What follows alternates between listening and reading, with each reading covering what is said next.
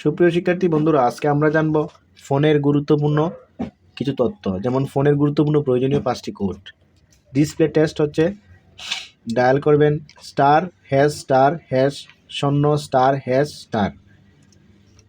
IMET জানতে dial করুন ****6***।